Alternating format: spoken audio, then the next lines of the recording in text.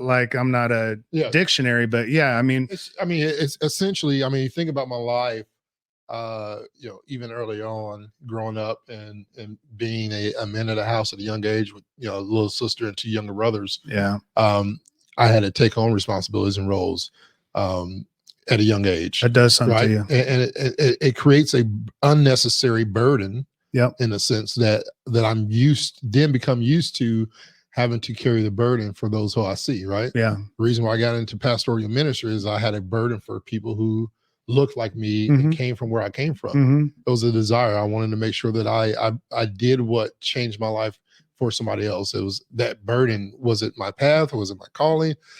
I think it's a lifestyle. It's who I am. It's still what I do today. Yeah. I have that burden for leaders, Yeah. right? I have that burden for organizations to create that culture and leadership that really allows people to bring their soul to work, Yeah. to really impact. And so that burden has become my why in a sense, right? Mhm. It's what I do, why I do it, in a sense. But I had to create and develop that awareness, Yeah. but then build resiliency around practicing self-care, understanding what it is. Number one, that there is self-care.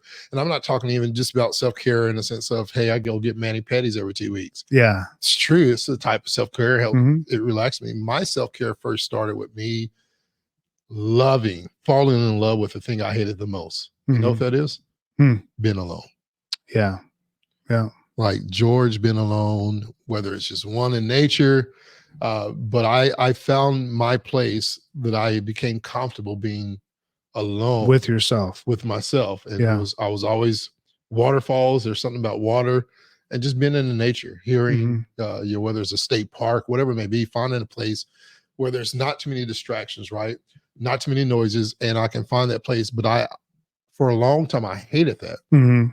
Because that's how I felt growing up, right? And so Yeah. taking yourself back to that place of healing, to where what you once hated, there's reasons why. Yeah. That abandoned feeling. Yeah. But what I didn't realize is that I was abandoning myself, right? By not being with you. And that's the idea, is because it's easy sometimes to see it in other people. Yep. Like last week, how you see it in your team, or like you can notice it in someone. Yeah.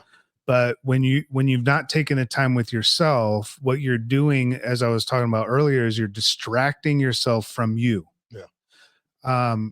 And we do that in a myriad of different ways. But in terms of what you're talking about in building resilience, it could look like the mani or petties. It could look like the walk in the woods, or it could look like saying no to people that you used to say yes every time. See what I'm saying? Like saying no to someone is saying yes to yourself many times. Yeah. So for me, those boundaries, and I defined boundaries last week, and I've heard this before, but it's a boundary is the distance that I set between you and me, so that I can keep loving you and keep loving myself. Yeah. And that's the idea, is like people without boundaries are always trying to make sure that others are taken care of. And if we don't have boundaries, then we don't have the space and capacity to heal, because boundaries give us the space to love ourselves. Boundaries give us the time to spend with ourselves. If we're constantly trying to fix and heal everybody else, which is why you went into ministry, right? Myself as well. I have a burden to heal people who hurt, because I know what it is to hurt.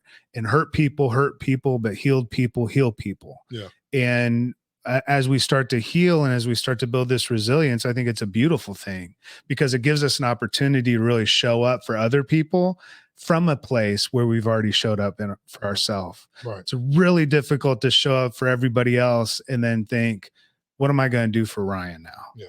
I have nothing left. Right. You know what I'm saying? Yep.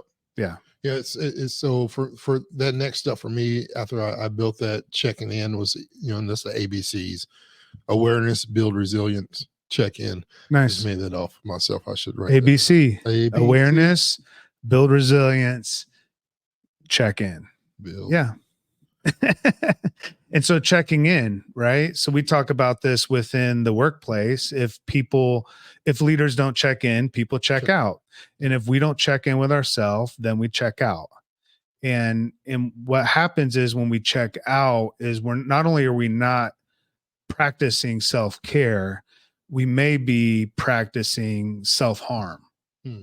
by not setting up boundaries.